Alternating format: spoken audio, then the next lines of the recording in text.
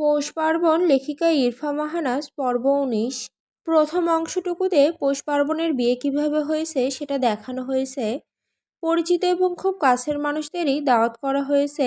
বিয়ের পরিকল্পনা আগে থেকেই করা ছিল, তাই যৎসামান্য আয়োজনও করা হয়। ভাদ্র ও চৈত্রের বিয়ে পড়ানো শেষ, খরচ কম করতে বৈশাখ জানান পৌষ পার্বণকেও একই আয়োজনে বিয়ে দিয়ে দেওয়া হবে। বৈশাখের কথার সাথে তার দুই ভাই জ্যৈষ্ঠ ও আষাঢ় মত দিলেও তাদের সহধর্মিণীগণ নাকচ করেন। তবে পুরুষ পার্টি বউদের হাতে পায়ে ধরে ঝুলে পড়ে রাজি করিয়েছে। সত্যি বলতে এই ১২ মাসিনীরের একটাও ভালো মানুষ না, সবগুলো এক একটা নমুনা। এই নমুনাদের ঘর থেকেই জন্ম নেয় আপডেট ভার্সন নমুনা। তাদের মধ্যে অন্যতম পার্বণ।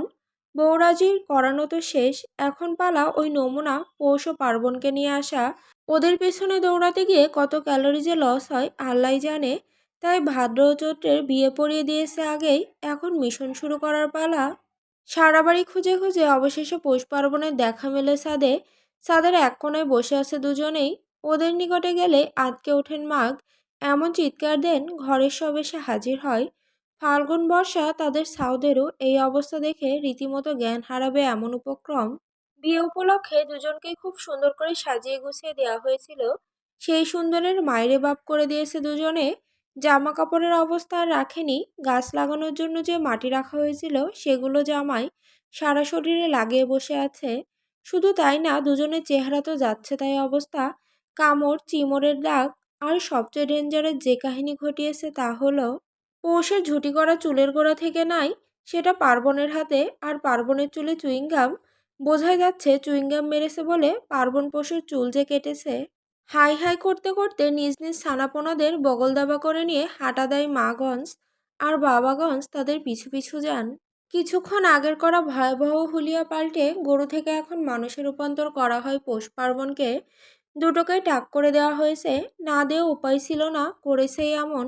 ভাদ্র যে বড় ভাই তবুও পোংটা কম না, ছোট ভাইকে চেতাতে ওস্তাদ। এখন তো সুযোগ পেয়ে গেছে। পার্বণের কানের কাছে মুখ নিয়ে সরা কাটে।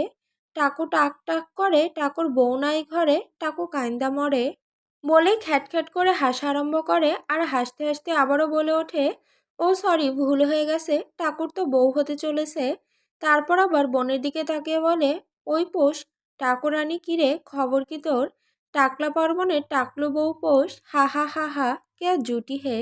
যেহেতু পৌষ পার্বণ দুজনেই ছোট, তাই দুজনেই ভ্যা ভ্যা করে কান্না জুড়ে দেয়। ওদের কাঁদতে দেরি, ভাদ্রের পিঠ বরাবর বর্ষার লাথি পড়তে দেরি হয় না। সবার সামনেই কেলানি দিতে শুরু করে। বাঙালি মায়েরা বোধহয় এমনই, মাথা খারাপ হয়ে গেলে কোনো দিকে খেয়াল থাকে না। উত্তম মধ্যম দিয়ে শান্তি হয় বর্ষার। বেয়াদব একটা অসভ্যদের সারাক্ষণ পুংটামি করবে। উপস্থিত জনতা অবাকের উপর অবাক, এমন ঘটনা তারা আগে কোথাও দেখেছে নাকি? সদ্য বিয়ে করা জামাইকে তার মা মেরে আধমরা বানিয়ে দিয়েছে, আর দুই টাকলাকে বসিয়ে দিয়েছে বিয়ের জন্য। সবার মধ্যে থেকে ভাদ্রকে মারার খুশি হয়েছেন জনাব কাজী মহাশয়, কারণ এই ছেলে একটু আগেই তার নাম নিয়ে মজা উড়িয়েছে। হয়েছে কি, কাজীর নাম হচ্ছে দুদু মিয়া। তো ভাদ্র অতি কৌতূহল নিয়ে জিজ্ঞেস করে, দুদু মিয়া, এ আবার কেমন নাম? উনি বুঝি দুধ দেন যেমন গরু দেয়? ব্যাস এটুকুই তো বলেছিল বেচারা, কিন্তু তবু ফেঁসে গেছিল। বাবার হাতের কানমোলা খেতে হয়েছিল। তারপর একে একে পৌষ পার্বণের বিয়েটাও হয়ে যায়। আর চৈত্রের ফোনে যে সুন্দর ছবিটা তোলা হয়েছিল, সেটাই দুটোকে সাজিয়ে গুছিয়ে বসিয়ে তোলা হয়েছিল। বিয়ের সময় আর পৌষ পার্বণ বেশি নকরা করেনি, কারণ একেই ওরা কিছু বোঝেনি, তার উপর আকাম করার জন্য দুই টাকলু সেই মায়ের খাইছে মায়েদের কাছে। তবে হ্যাঁ, পার্বণকে যখন ফাল্গুন বলে, এবার থেকে তুই আর পৌষ একসাথে থাকবি, তখন পার্বণ নাক সিটকে বলেছিল, কি, আমি ওই জঙ্গলির সাথে থাকবো? আমি ওর সাথে থাকতে পারবো না। অতীত শেষ। কুত্তার দৌড়ানি খেয়ে এক প্রকার রকেটের গতিতে দৌড় দিয়েছে বসন্ত আম্রপালি। এতবার বলেছে সিঙ্গারা ফেলতে, তাও ফেলেনি বসন্ত। অগত্যা দৌড়াতে হয়েছে তাদের। দৌড়াতে দৌড়াতে পিছনে ফিরে দেখে কুকুরগুলো আর নেই। তখন থেমে যায় আম্রপালি। কিছু একটা ভেবে কুটিল হাসে সে। তার থেকে সামনে দৌড়ানো বসন্তকে উদ্দেশ্য করে বলে ওঠে, বসন্ত কুত্তা, তোর বামের পিছে। বলতে না বলতেই বসন্ত জোরে সোরে এক চিৎকার দিয়ে সামনে যাকেই পায় তার কোলে উঠে পড়ে।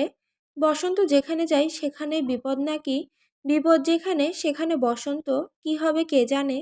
এই যেমন বেচারা কুমিরের থেকে বাঁচতে গিয়ে বাঘের কোলে উঠে বসে আছে, হ্যাঁ, বাঘের কোলেই তো। কোলে উঠল তো উঠল হিমসাগরের কোলেই। হিমসাগর তাদের বাড়ির রাস্তাতে হাঁটাহাঁটি করছিল। বসন্তরাও দৌড়াতে দৌড়াতে কখন যে তাদের বাড়ির গলিতে ঢুকে পড়েছে সেই খেয়াল নেই। আম্রপালি যখন বলল তার পিছনে কুকুর, তখন দিশাবিশা না পেয়ে যাকে সামনে পেয়েছে তার কোলে বাবুদের মতো করে উঠে বসে আছে। কোলে ওঠার সময় কি এত খেয়াল ছিল নাকি যে কার কোলে উঠেছে, সিংহ নাকি বাঘ? ভয়ে থরথর করে কাঁপছে বসন্ত। ঘাড় ঘুরিয়ে পিছনে তাকায় সাহায্যের জন্য, কিন্তু ও মা, আম্রপালি কই? আম্রপালির আমও দেখা যাচ্ছে না। বড় করে একটা ঢোক গিলে ফের সামনে তাকায়। হিমসাগরের গালে হাত দিয়ে হেসে ওঠে, হে হে হে হে হে। সেই যে বোতলের বাড়ি খেয়ে বের হয়েছে বাসা থেকে, এখনো ফেরেনি পার্বণ। সাথে আছে ভাদ্র। রেস্টুরেন্টে বসে আছে ওরা। পার্বণের সামনে সাজানো হরেক পদের খাবার, যা ও গোগ্রাসে গিলছে। ওকে এভাবে গরুর মতো গিলতে দেখে ভাদ্র মুখ দিয়ে চবর্গে আওয়াজ বের করে বলে, কয় বছরে না খাওয়া তুই? বড় ভাইয়ের বিরক্ত বদনে একবার তাকিয়ে লাচ্ছির স্ট্রটা মুখে দেয়। এক সিপ খেয়ে রেখে আওয়াজ করে, এহ বলে, বারে বাবা হচ্ছি, আমার কত এনার্জি লস হলো, আর এখনই তো সময় বেশি বেশি খাওয়ার। আমি তো জানি মায়েদের এই সময় বেশি খেতে হয়। এইসব ভুলভাল লজিক পাও কোথায় ভাই? বাবাদেরও বেশি বেশি খেতে হয়। আফটার অল বাপ হচ্ছি। ধুর, রাখ তোর এইসব লজিক।